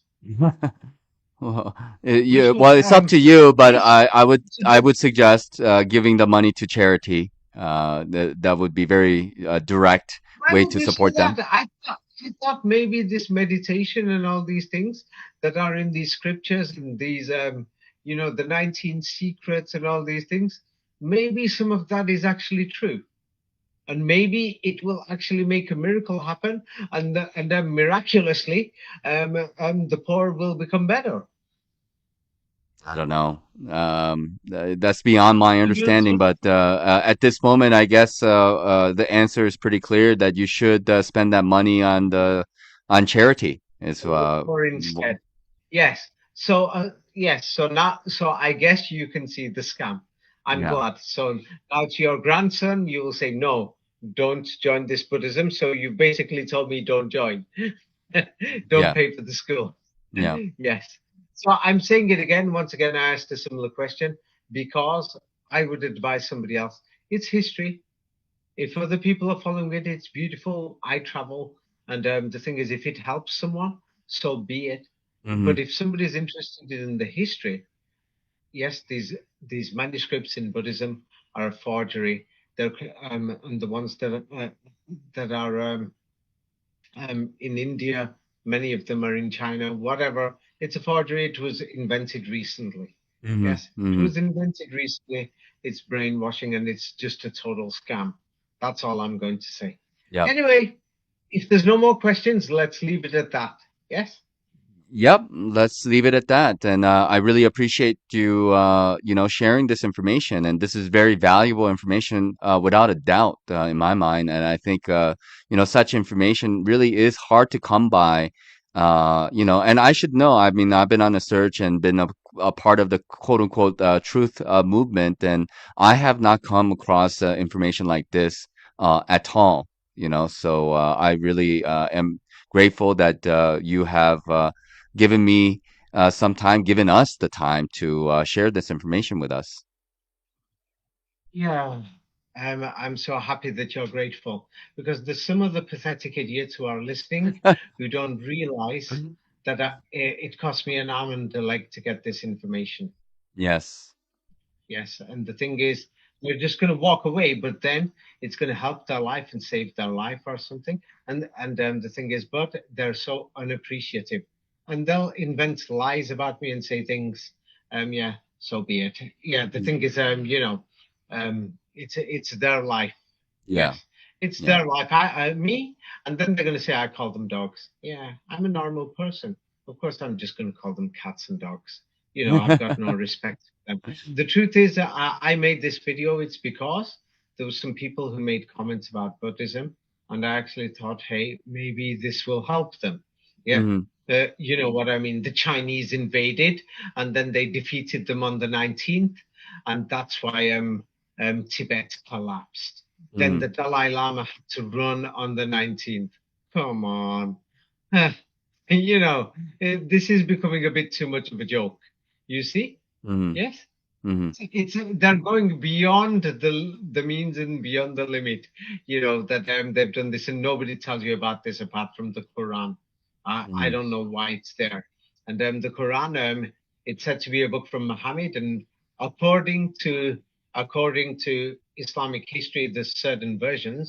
You know, in the Hadith and this history, a lot of it I've shown is falsified. It's in my book, Secrets of the Kabbalah. But the Quran claims to be a divine message. I'm not here for the religion, yes. Mhm. But the thing is, it is strange that the Quran tells you that they're all lying, etc. It's strange. If anybody wants to have a further look, because you know, they say you only live twice, Mr. Bond. No, I mean they say you live once. But so if you live once, then you can take a look. The Quran is a short book, so it's like it's a shortcut. It goes through many of these global conspiracies. It goes through. No wonder nobody likes it. None of these governments like it. Mhm. But anyway, yes. If people want to understand the shortcuts, it's in my book, Secrets of Kabbalah. There you go.